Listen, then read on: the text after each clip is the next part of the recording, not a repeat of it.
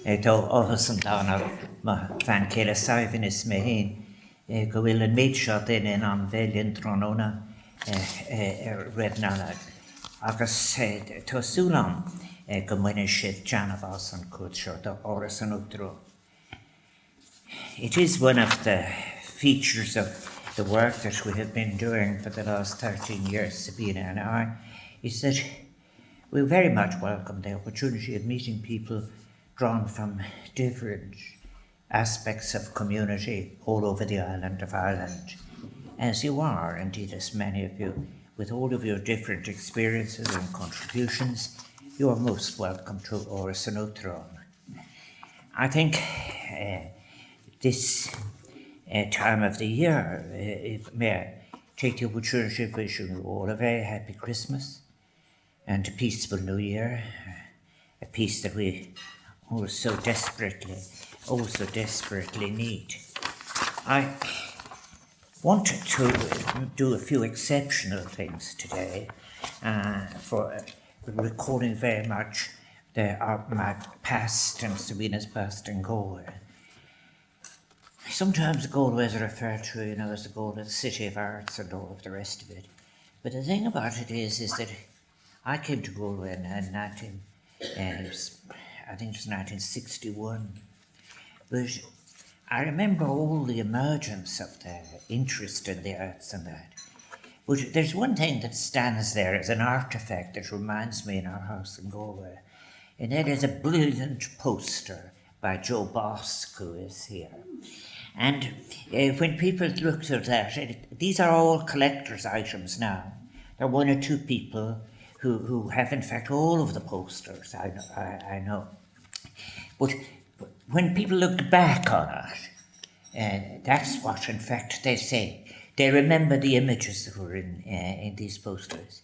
And I want to thank Joe for the simply wonderful portrait he has of my beautiful dog, Broad, who died on just like that. And it is a gorgeous thing.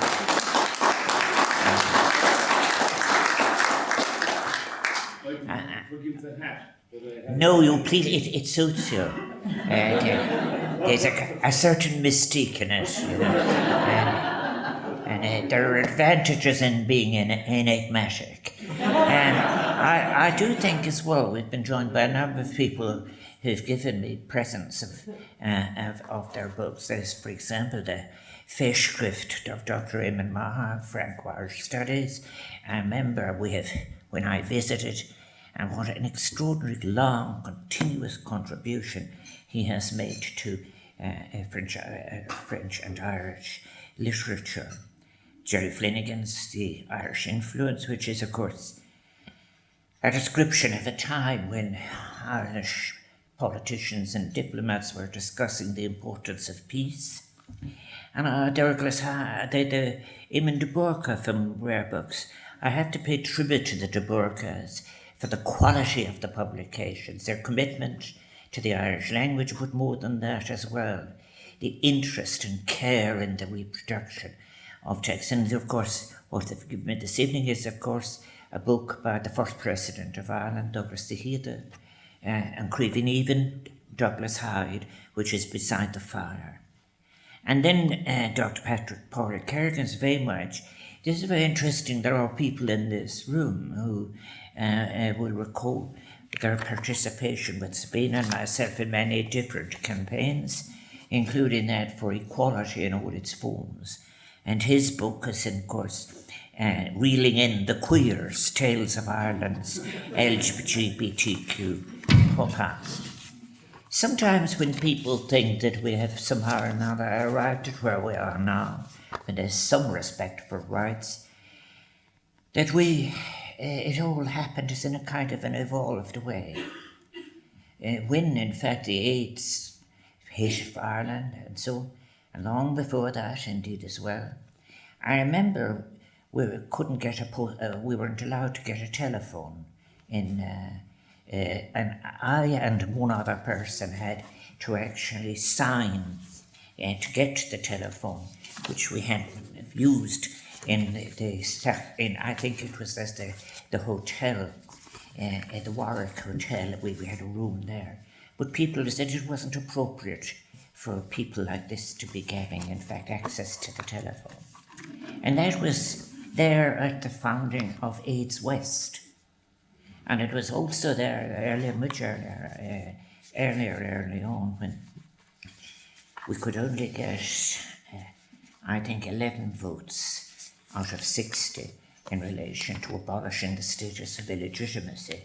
Which brings me to the point that I'm delighted that Senator Lynn Ruan and her family, and particularly her associates and those responsible for Safe Harbour, which will support children, is with us. We have people from different groups in different parts of the country. There are those friends from the nursing home, to whom are very friends of Sabina's, and then we have the Brighter Horizons in Wexford. And of course, my friends from the Samba School, and then someone I remember a long time ago how it wasn't easy canvassing always in Moycullen, Uachtaráin. But Walter McDonough, who was here with the Moycullen Activities and Social Group, was one of the people who welcomed us. Seamus Smith, I'm so pleased that he's here, and his wife Sheila. We know each other a very, very long time. And then I have to say, as I was talking about these campaigns, it was very interesting in relation to the newspaper structure. David O'Connell was a brilliant editor, but very, very important, and it's something I just want to say a few words on. He said in relation to, for example, I remember coming back from Salvador with Sally O'Neill Sanchez and others. He always found a space for the campaigns that were international. We are meeting at a time which is, let us say, that may this year end in terms of all its tragedies that it represents. I think, for example, I don't find it possible to give speeches now without referring to the horror that is the children of Gaza are suffering. The largest number of amputees ever in the world are in this one small space. Many of them have had their operations without sterilised equipment and without morphine. And then I think as well, there are altogether between 18,000, depending who speaks of it, 18,000 and 20,000 children with no parent in that strip of land. And I say it because I'm always hoping people will use it. Those who have remained silent in these circumstances are guilty of the worst kind of collusion. The suggestion that, for example, that because somebody may be visiting a refugee camp, they can indiscriminately bomb it is just such an outrage, and it should shock the whole world. This morning you will see in reference in one of the papers to Mohammed Khalifa, the young boy of 20 years of age. He and his brother, who is 18, both members of the Palestine youth team. They were with me in looking at a game between Galway United and Dundalk in Terryland Park. We had photographs taken in Tala and so forth. The wonderful people involved in the League of Ireland had invited them over as a break, and it took ages for us to get all the paperwork and whatever.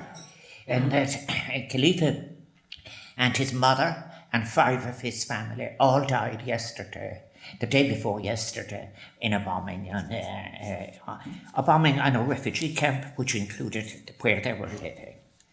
I do think, as I said in many cases, it's one of the things about the presidency looking back over the 13 years.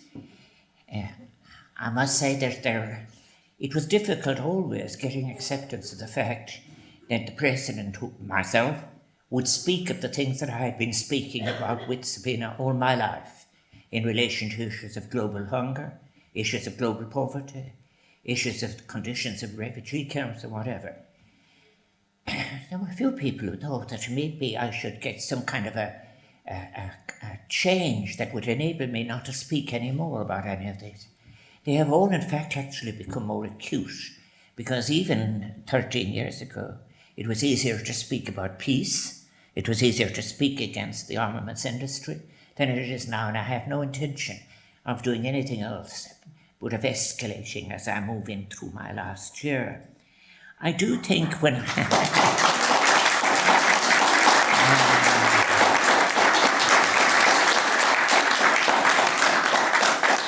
I do think that what is very interesting, for all of you, is that when one came back, and this is very interesting, I remember coming back after writing about a massacre in Mohute in January of 1981 with Sally O'Neill.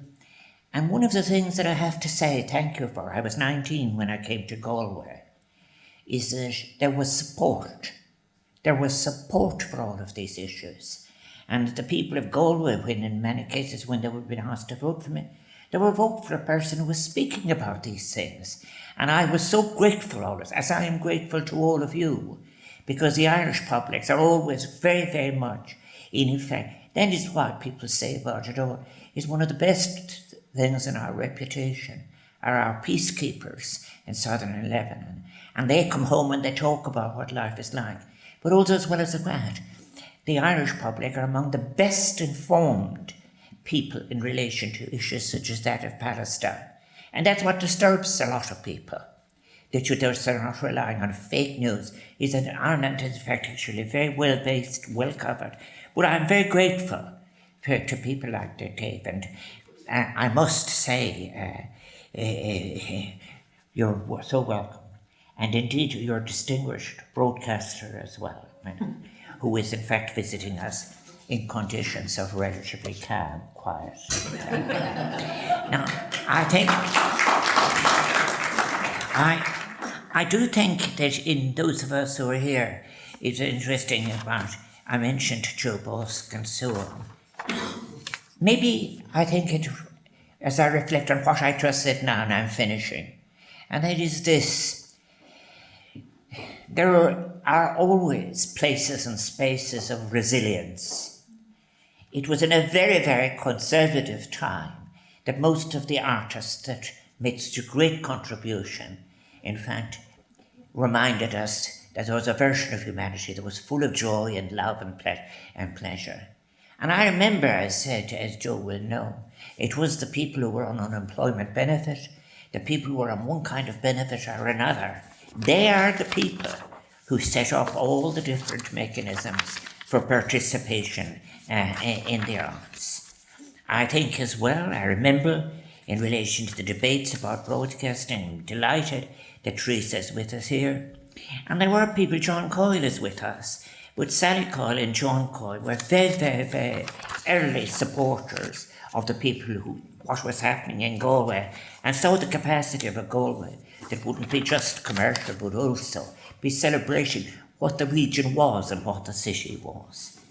I have just said all of this simply to say, for all of the contributions that you have been making in your different ways, in your lives and professions, Mila Buikas, and mar Uachtaráin na hÉireann, Tris Liam Liv, agus a sínta gon rada, go raibh an pobl an buinte teanamh, na bháin buinte teanamh as, bhí sé teastáil.